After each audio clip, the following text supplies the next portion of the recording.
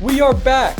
Glad to have you in for another episode of 2 on OSU. I'm Sam Hutchins, my beat reporter and brother. Not usually in that order. My partner on the beat brother is Ben Hutchins. He's here too. So maybe you're listening to us from the car driving to Stillwater. We're previewing the K-State game. If you left work a little early to get up and tailgate, congratulations to you. Ben, we'll jump right into Kansas State, preview what the Wildcats do, what the Cowboys need to do to get their first Big 12 win. But first, let's thank the good sponsors at home supporting this show, and it's much appreciated. So thank you to MidFirst Bank, Laser Light Clinic, the National Cowboy and Western Heritage Museum, Fire Lake Casino, and Oklahoma Ford dealers. Ben, remember, drive into your best Oklahoma Ford dealers today for the best deals on all Ford's lineup of trucks and SUVs. Ford is the best in Oklahoma. Ben, Kansas State, Cowboys are 2-2. What do they need to do to exercise some demons? Yeah, they got to stop the run, Sam. Just because Deuce Vaughn left doesn't mean those burly Midwestern Manhattan linemen forgot how to block. And I think that's really leading to a powerful Kansas State offensive rushing attack. As a whole, the Wildcats are number 15 in offensive rankings. 6.49 yards a play, Sam. OSU's number 100, all the way down at 4.94 yards a play. So it's only, a couple yards a play, but dang, over 70 plays, that really adds up. And Kansas State is averaging 198.5 yards on the ground, which was a little surprising to me. Like, I thought a lot of that was Deuce Vaughn last year, just making guys miss as he did so much, but no, it's really just a Kansas State culture thing, I think, and DJ Giddens is a sophomore running back who's over 100 yards a game. So the Cowboys are going to need to slow him down to win this game, Sam. That's right. And just to set the scene nationally, Kansas State, is 27 in the poll. So not ranked. There won't be a number on the scoreboard, but they're close. They're receiving plenty of votes. And the Wildcats are 3-1. Remember, they obliterated SEMO and Troy in their first two games. And then they lost a tight one, 30-27 at Mizzou, and then bounced back to beat UCF last week. But, Ben, the Wildcats, they've scored more than 40 in all three of their wins. Like you said, a lot of that has come through the ground. But the last time Oklahoma State scored more than 40, I'll have you think back to that Texas game, Ben, the week before the 48-0 loss at Kansas State. So that was the last time Oklahoma State scored 40. And the Wildcats have already done it 3 times this year. So it won't be easy for Oklahoma State. And here's another thing that I want to bring up the Wildcats do is defensively, they have the 5th best rushing defense in the country. They're giving up 2.53 yards per rush. So for a Cowboy team that has at times struggled to rush the ball for large sections of multiple games this year, and even really in maybe the best rushing game against Iowa State, a lot of it came on one play. So in terms of Oklahoma State needing a get-right game on the ground, it's tough to draw the Wildcats here. In the beatdown last year, OSU rushed 30 times for 54 yards. So that was not the recipe then, and the Cowboys are going to need to rush the ball better on Friday. The two guys that you might remember from the Kansas State defensive line, Felix, and then his last name's hyphenated. I'd hate to butcher it, but he's not back. He went to the NFL, and their longtime nose tackle, Eli Hudgens, he's gone too. But KSU still does have a guy named Khalid Duke, who's second in the Big 12 with 4 sacks. And when I talked with Dalton Cooper was like, yeah, I think he said number 29. He had a little Mike Gundy identification of, Khalid Duke, but he said he's a player that we'll have to watch out for. So it could be tough sledding in the trenches for the Cowboys. Yeah. We'll see if the Cowboys get to the 4 yards a carry mark that Mike Gundy feels is so important to win. I think, Sam, OSU's played better. I think the Iowa State game was better on the ground. I mean, aside from Ollie Gordon's huge rush, it wasn't great, but you can't take Ollie Gordon's huge rush out. That was an important play. So we'll see if the Cowboys can, plod along and then spring one. And we'll see also what kind of distribution the touches are. I think with Ollie Gordon getting the bulk of that backfield work last game, and we saw less of Elijah Collins, a little bit less of Jaden Nixon. So I'm interested to see how that kind of breaks down, especially after the bye week. Maybe some decisions were made there. We'll wait to see what the Cowboys look like on the ground. Yeah, and it's also worth noting the Wildcats did lose their senior middle linebacker, Daniel Green, who tore his pec against Mizzou. So that happened in the loss. And it's kind of maybe a little bit tough to evaluate Kansas State with the Big 12. UCF, they just blew a huge lead. UCF's been up and down. So Kansas State's been blowing teams out. For a while, they look like one of the best teams in the country. And then that loss to Mizzou, maybe a little surprising. Bit of a rivalry game, so hard to discount it too much. But I think we have a good enough feel of these two teams to kind of feel this would be a decent sized upset if Oklahoma State can win. There's enough sample size for maybe that, but I know we'll get into that later.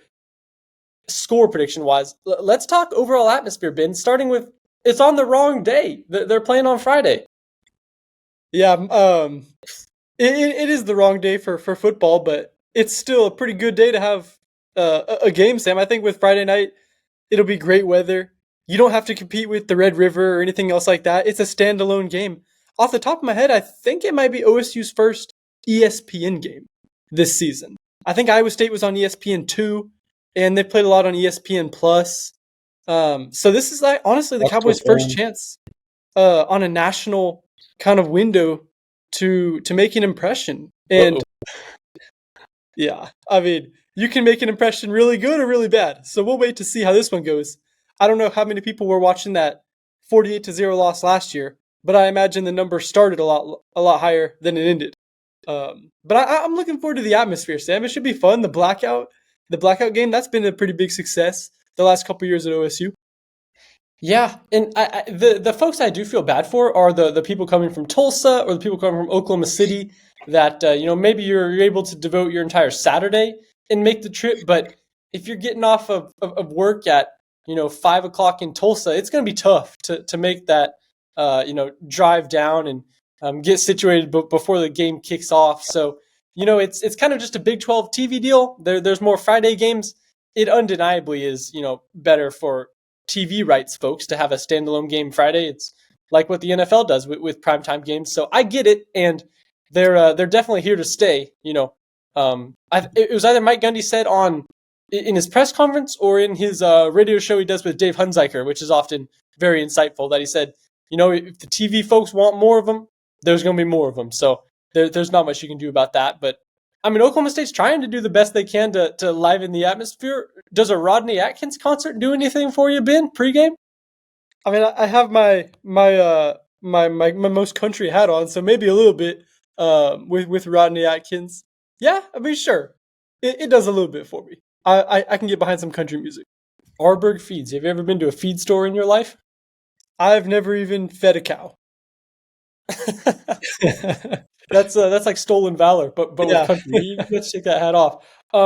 Okay, yeah, Rodney Atkins concert, and also it might be worth informing the folks at home. The men's basketball team is doing an open practice at 2:30 on Friday in Gallagher-Iba. So Mike Boynton's opening the doors, saying, "Hey, if you're here for the football game, come watch the men's basketball team practice." And they'll start their season later in the season, or later in the fall season. I hate to touch on it too much in a football podcast, but that men's basketball team, they kind of passed the eye test a little bit to me. We got to watch one practice as members of the media. They're an impressive bunch. Yeah, the basketball team. Mike Boynton's teams always look impressive, I think, on paper, because he recruits so well. He recruits big, strong, super tall guys. We'll see how they kind of come together toward the end of the season. We'll see if there's enough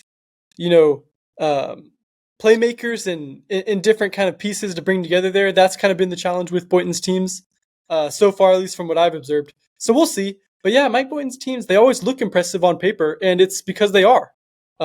Certainly excited to see how that kind of shakes out for the Cowboys. Another McDonald's All-American So there's two on the team now with Bryce Thompson, but Brandon Garrison, an Oklahoma kid who went and got, and I was impressed with Miranda, the 7-footer that they brought in. It's good to have those guys rather than play against them. So Miranda looked good too. But that aside, football, you think the atmosphere will be pretty good. Blackest sky in the state, right, or in the country. That's how they advertise, and it often is pretty good. So, Ben, is there anything we need to touch on Kansas State wise? But before we kind of go to a national discussion, a little more of Mike Gundy's salary compared to other coaches, and USA Today does a good article on that. But did we hit everything on Kansas State you want to hit?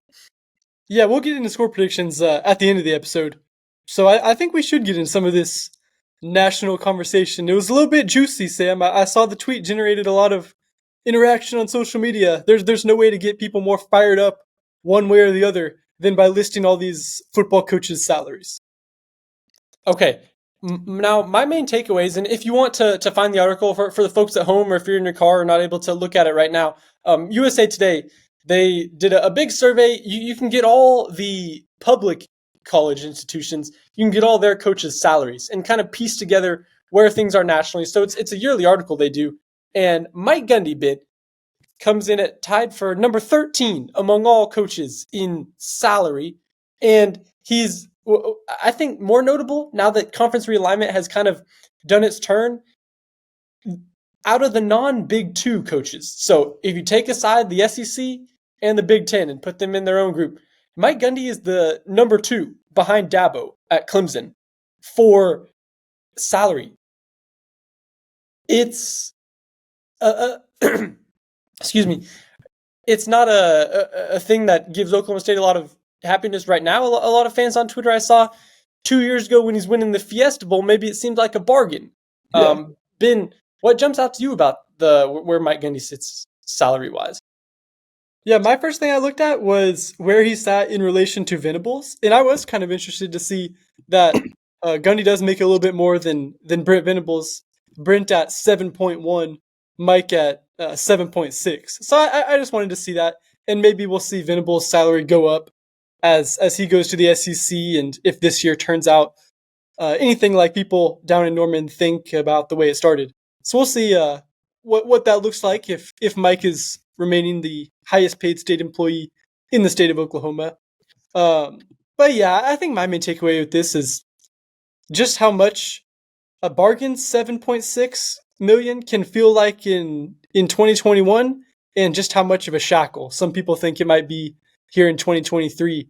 And that's not going to go anywhere. That's going to, it's going to continue to flip flop. We'll see how NIL shakes all of that now.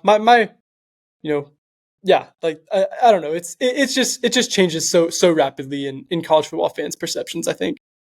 A lot of time the number that matters the most to a lot of folks is the buyout. And another interesting thing that article had was Gundy's buyout is actually the lowest among the top 22 coaches. So he's higher up tied for number 13 in terms of overall salary.